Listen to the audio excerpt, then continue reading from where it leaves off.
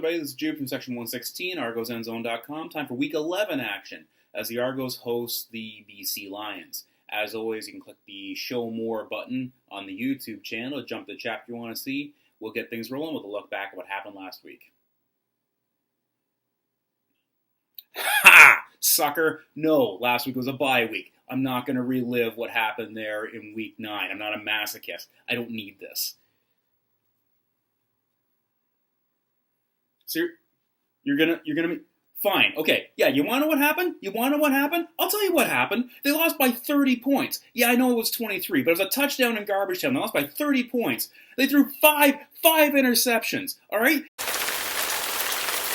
No, that was garbage, okay? You want me to relive it? Yeah, that's what happened, all right? Just crap. Okay? It was garbage. It was ridiculous. I can't believe I paid to go see that. I traveled all that way to go see that. What the hell are you doing sitting right next to me on the bus? You didn't even ask if it was available. Yeah, it was a full bus. You didn't even ask. Just sat your fat butt down right there. Sit in the sweltering sun to see that. I had to change clothes twice because I was sweating my bag off out there. Why is hydro keep going up? That doesn't make any sense. You conserve and they charge you more money for it. What the hell is that about? Keon Raymond returns a interception for a touchdown, gets cut the next week. That's what happened, okay? Is that what you want? Is that what you wanted? Yeah, that's what happened. Okay. Holy crap! That's insane! Who the heck is in charge here? I don't get it. Week 11 sees the long-awaited return of quarterback Ricky Ray. Here's hoping that he can come back into that rhythm really, really quickly because, quite frankly, the Argos need a boost in all three facets of the game right now. They'll be facing the BC Lions, who is the third straight Western team that the Argos have hosted that have been able to find that balance between passing and running, with the Eskimos and Blue Bombers being the previous ones. So you've got to be aware of Jennings and his ability to find Arsenault down the field, and they're running really effectively. On the defensive side, of course, as those that have been sitting through these before, huge fan of the team of Solomon Million and Adam Bighill on the BC defense. Those guys can create a lot of havoc in a backfield and are sideline-to-sideline linebackers that can really shut down a running game. So the challenge there is, of course, to try to take advantage of that aggressive style with counters and play-action passes, to try to get them upfield and let the play happen behind them. I think you'll have to see a lot of that for the Argos to be successful on offense. Frankly, Argos successful on offense has kind of been the key this year. If you look at the stats, the defense, barring the previous game, has been pretty strong. One of the few teams, I think they're third in points allowed in the league and one of the top ones in the East. So, I mean, they've been playing pretty well on defense, been able to make a couple plays, and their special teams have done a great job on field position. It's just the offense really sputtered the last little while with Ray on the sidelines. Head coach Scott Milanovich said no one man is going to turn this team around, but it's a good start to get Ricky Ray back under center and try to keep those turnovers down to a minimum. If you watch any football pundit, they'll usually say that whoever wins the turnover battle will win the football game.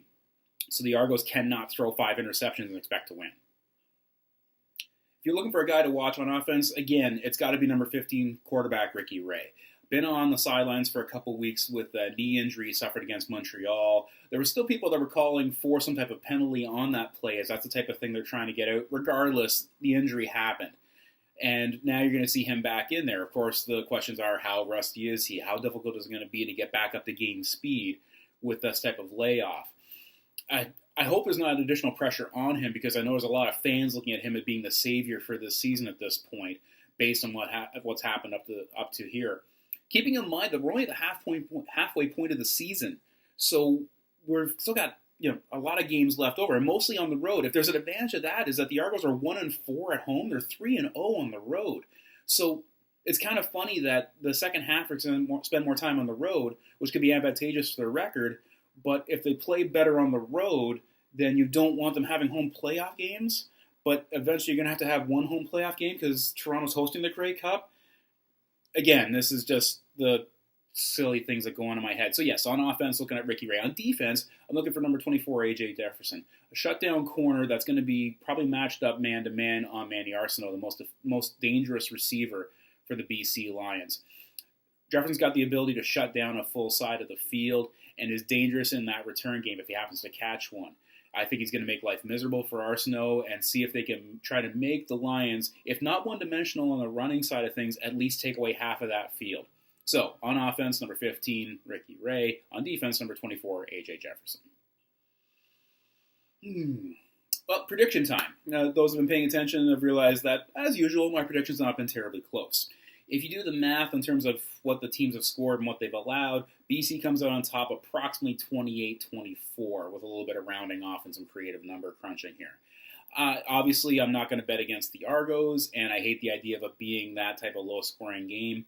So it seems illogical for Ricky Ray's first game back to have a big air show, but hey, I'm nothing if I'm not illogical. So let's say that this is going to be a 32-27 Argos win, all right? All right, I'll just duck down and let everybody get a good look at that. All right. And, hey, at the very least, you get free admission to the CNE with your tickets. So you'll have a good day beforehand, at least. That'll wrap things up here for Week 11. Hope you had some fun. As always, feel free to like, share, and comment on this video as we keep evolving the channel to bring you more of what you want to see. Follow us on the social media feeds. We've got the Twitter, the Facebook, the YouTube, old guy thing when you say the in front of everything. You know how I'm going with this. So yeah, feel free to follow, comment, make suggestions. We'll keep things going here.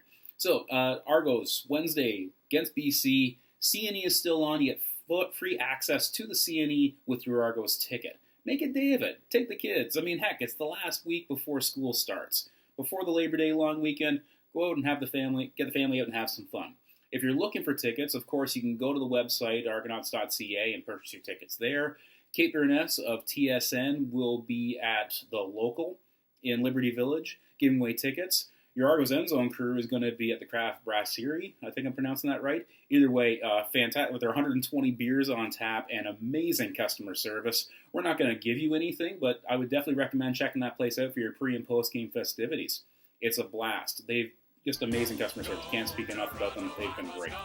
So I think it's a 7:30 start tonight. And again, with the X on, give yourself a little extra time on the GO train and traffic, but it's going to be a blast. This is it. We're going to look back at this one here as the turning point for the season where the Argos started to roll toward their Grey Cup win. Right?